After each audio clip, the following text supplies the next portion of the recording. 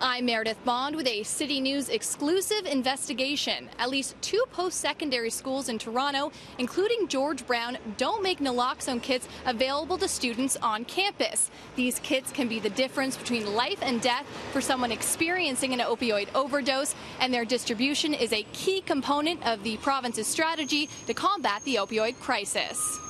City News reached out to the 5 colleges and 4 universities in the GTA to find out what resources they have available for students amidst a crisis that has claimed over 1,200 lives across the province last year, a 45% increase from the year before. George Brown is one of the 2 post-secondary schools that does not have naloxone kits currently available for students.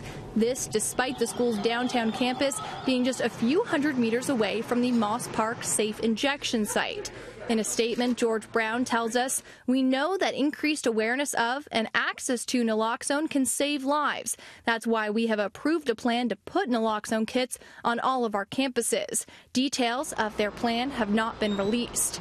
The other school without naloxone kits, Centennial College. A spokesperson there says the school is currently working on plans with a local pharmacy to offer education sessions and naloxone training to be offered in the near future. 3 schools we reached out to did not provide any information on their opioid prevention programs.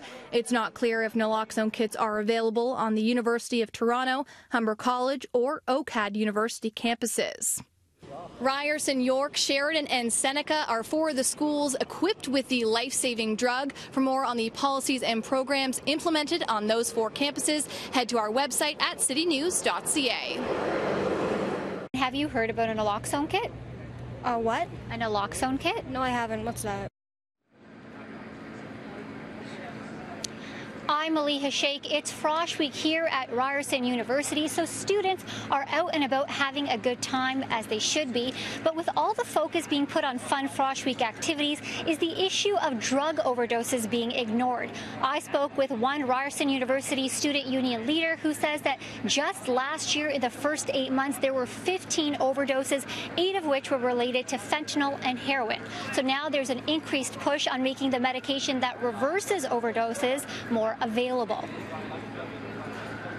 Students use drugs, right? We know that students use drugs, and there's this stigma around the idea that drug users aren't students, that drug users aren't professionals. And I think it decreases a lot of folks from accessing resources and reaching out because they're afraid of that stigma kind of being broken down, or they're scared of being kicked out of school, or for a lot of different things. What do you think universities, unions need to be doing? Yeah, I think all student unions, it should be mandatory that all of their staff and executives be trained in naloxone.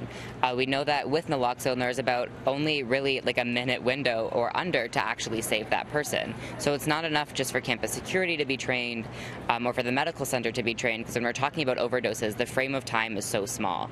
So everyone should be trained. What do you have to talk to people about opioids? Yeah, so we're really fortunate to actually have the Works really close to campus, which is a public health organization, and it's just located on Victoria Street. So we have some of their resources here, and it talks about getting trained in naloxone, and that's basically what we have.